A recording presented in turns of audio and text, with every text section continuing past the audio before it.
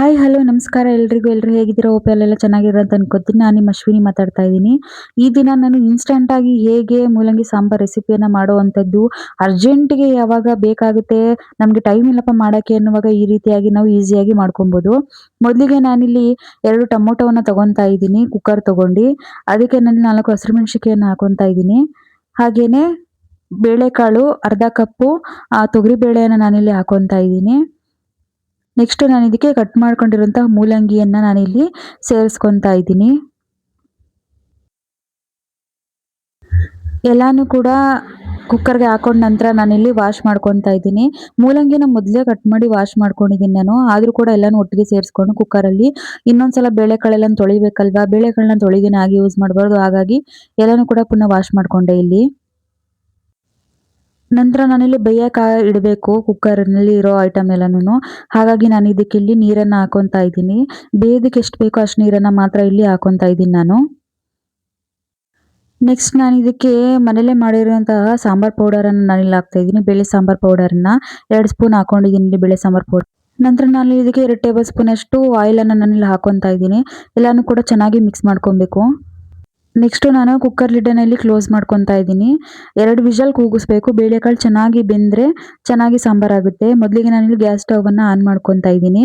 ಅದ್ರ ಮೇಲೆ ಎಲ್ಲಾನು ಹಾಕಿರುವಂಥ ಕುಕ್ಕರನ್ನ ನಾನಿಲ್ಲಿ ಇಡ್ತಾ ಇದ್ದೀನಿ. 2 ವಿಷಲ್ ಬಂದ್ರೆ ಸಾಕು. ನಂತರ ಒಗ್ಗರಣೆಗೆ ಅಂತೇಳಿ ಒಂದು ಈರುಳ್ಳಿಯನ್ನ ನಾನಿಲ್ಲಿ ತಗೊಂಡಿದ್ದೀನಿ. ಒಂದು ಈರುಳ್ಳಿ ಸಾಕಾಗುತ್ತೆ ಒಗ್ಗರಣೆಗೆ. ಅದನ್ನ ನಾನಿಲ್ಲಿ ಸಣ್ಣದಾಗಿ ಹೆಚ್ಚಿಟ್ಕೊಂತಾ ಇದ್ದೀನಿ ಒಗ್ಗರಣೆಗೆ ಅಂತೇಳಿ. ಹಾಗೆ ಒಂದು ನಿಂಬೆಹಣ್ಣಿನ ಗಾತ್ರದ ಹುಣಸೆ ಹಣ್ಣನ್ನ ನಾನಿಲ್ಲಿ ನೆನೆಯಾಕಿ ಇಟ್ಕೊಂಡಿದ್ದೀನಿ. ಹಾಗೇನೆ 4-5 ಬೆಳ್ಳುಳ್ಳಿ ಹೆಸರುಗಳನ್ನ ನಾನಿಲ್ಲಿ ಸಿಪ್ಪೆ ಬಿಡಿಸ್ತೀನಿ ಹಾಗೆ ಜಜ್ಜಿ ಇಟ್ಕೊಂಡಿದ್ದೀನಿ ಒಗ್ಗರಣೆಗೆ ಬೇಕು ಅಂತ.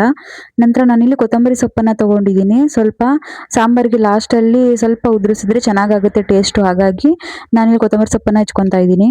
ನೆಕ್ಸ್ಟ್ ಗ್ಯಾಸ್ ಸ್ಟವ್‌ನ ನಾನಿಲ್ಲಿ ಆನ್ ಮಾಡ್ಕೊಂತಾ ಇದ್ದೀನಿ. ಒಂದು ಪಾತ್ರೆಯನ್ನ ಇಟ್ಕೊಬೇಕು. ಹಾಗಾಗಿ ನಾನು ಒಗ್ಗರಣೆಗೆ ಅಂತ ಹೇಳ್ಬಿಟ್ಟು ಒಂದು ಪಾತ್ರೆಯನ್ನ ಇಟ್ಕೊತಾ ಇದ್ದೀನಿ. ಪಾತ್ರೆ ಕಾದಿದ ನಂತರ ಸ್ವಲ್ಪ ಅದಕ್ಕೆ ಎಣ್ಣೆನ ನಾನಿಲ್ಲಿ ಹಾಕೊಂತಾ ಇದ್ದೀನಿ. ಒಂದು 2-3 ಟೇಬಲ್ ಸ್ಪೂನ್ ಅಷ್ಟು ಎಣ್ಣೆನ ನಾನಿಲ್ಲಿ ಹಾಕೋತಾ ಇದ್ದೀನಿ. ಎಣ್ಣೆ ಕಾದಿದ ನಂತರ ಸಾಸಿವೆಯನ್ನ ಹಾಕೋತಾ ಇದ್ದೀನಿ. ಸಾಸಿವೆ ಚಿಟಪಟ ಅಂತ ಸಿಡಿದ ನಂತರ ನಾನಿಲ್ಲಿ ಬೆಳ್ಳುಳ್ಳಿ ಹೆಸರುಗಳನ್ನ ನಾನಿಲ್ಲಿ ಒಗ್ಗರಣೆಗೆ ಹಾಕ್ತಾ ಇದ್ದೀನಿ. ನೆಕ್ಸ್ಟ್ ಈರುಳ್ಳಿ ಎಲ್ಲ ಹಾಕಿದ ಮೇಲೆ ಚೆನ್ನಾಗಿ ಒಂದ್ಸಲ ಫ್ರೈ ಮಾಡ್ಕೊಬೇಕು. ಈರುಳ್ಳಿ ಸ್ವಲ್ಪ ಕೆಂಪಗಾಗೋವರೆಗೂನು. ಕುಕ್ಕರ್ ವಿಷಲ್ ಕೂಗಿ ತಣ್ಣಗಾದ್ಮೇಲೆ ಟೊಮೊಟೊ, ಬೇಳೆಕಾಳು ಮತ್ತೆ ಹಸಿರುಮೆಣಸಿನಕಾಯಿನ ನಾನಿಲ್ಲಿ ಜಾರ್‌ಗೆ ಹಾಕೊಂಡಿದ್ದೀನಿ. ಇದನ್ನ ಸ್ವಲ್ಪ ಗ್ರೈಂಡ್ ಮಾಡ್ಕೊಬೇಕು. ನುಣ್ಣಗೆ ಪೇಸ್ಟ್ ಮಾಡ್ಕೊಬೇಕು. ಈ ರೀತಿಯಾಗಿ ಪೇಸ್ಟ್ ಆಗಿದೆ ನೋಡಿ. ನೆಕ್ಸ್ಟ್ ಆ ಪೇಸ್ಟ್‌ನ ನಾನಿಲ್ಲಿ ಹಾಕೊಂತಾ ಇದ್ದೀನಿ ಒಗ್ಗರಣೆಗೆ ಅಂತೇಳಿ. ಹಾಗೆ ಸ್ವಲ್ಪ ನೀರನ್ನು ಕೂಡ ಇಲ್ಲಿ ಹಾಕೊಂತಾ ಇದ್ದೀನಿ. ಚೆನ್ನಾಗಿ ಕುದಿಯೋ ಹಾಗೆ ಇಲ್ಲಿ ಸ್ವಲ್ಪ ಬಿಡಬೇಕು ಅದನ್ನ. ಸ್ವಲ್ಪ ಎಲ್ಲ ಚೆನ್ನಾಗಿ ಮಿಕ್ಸ್ ಮಾಡ್ಕೊತಾ ಇದ್ದೀನಿ.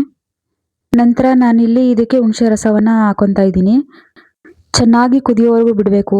ಕುದಿದ ನಂತರ ನಾವು ಬೇಯಿಸ್ಕೊಂಡಿದ್ದಂಥ ಬೇಳೆಕಾಳೆಲ್ಲ ಮೂಲಂಗಿ ಎಲ್ಲ ಏನಿದೆ ಅದನ್ನೆಲ್ಲಾನು ಇಲ್ಲಿ ನಾನಿಲ್ಲಿ ಪಾತ್ರೆಗೆ ಹಾಕೊಂತಾ ಇದ್ದೀನಿ. ನೆಕ್ಸ್ಟ್ ರುಚಿಗೆ ಎಷ್ಟು ಬೇಕೋ ಅಷ್ಟು ಉಪ್ಪನ್ನ ನಾನಿಲ್ಲಿ ಆ್ಯಡ್ ಮಾಡ್ಕೊತಾ ಇದ್ದೀನಿ. ನೀವು ಜಾಸ್ತಿ ಕ್ವಾಂಟಿಟಿಯಲ್ಲಿ ಮಾಡಿದ್ರೆ ಸ್ವಲ್ಪ ನೋಡ್ಕೊಂಡು ಹಾಕೊಳ್ಳಿ.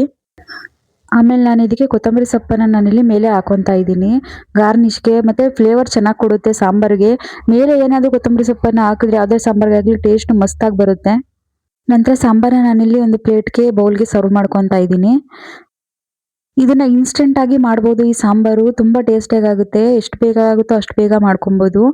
ಹಾಗೆ ಈಸಿಯಾಗೂ ಕೂಡ ಯಾವುದೇ ಬೇರೆ ರೀತಿ ಕಾಯಿ ಎಲ್ಲ ಹಾಕಿ ಮಾಡಿದ್ರೆ ಅಷ್ಟೊಂದು ಟೇಸ್ಟ್ ಬರಲ್ಲ. ಈ ರೀತಿ ಬೇಳೆ ಜಾಸ್ತಿ ಹಾಕಿ ಮಾಡಿದ್ರೆ ಸಖತ್ತಾಗಿ ಬರುತ್ತೆ. ಈ ರೆಸಿಪಿ ನಿಮ್ಗೇನಾದ್ರೂ ಇಷ್ಟ ಆದ್ರೆ ಲೈಕ್ ಮಾಡಿ, ಶೇರ್ ಮಾಡಿ ಹಾಗೆ ಸಬ್ಸ್ಕ್ರೈಬ್ ಮಾಡೋದನ್ನ ಮಾತ್ರ ಮರಿಬೇಡಿ. ಇನ್ನೂ ಹೆಚ್ಚಿನ ವಿಡಿಯೋಗಳಲ್ಲಿ ಸಿಗ್ತೀನಿ. Thank you so much. Bye.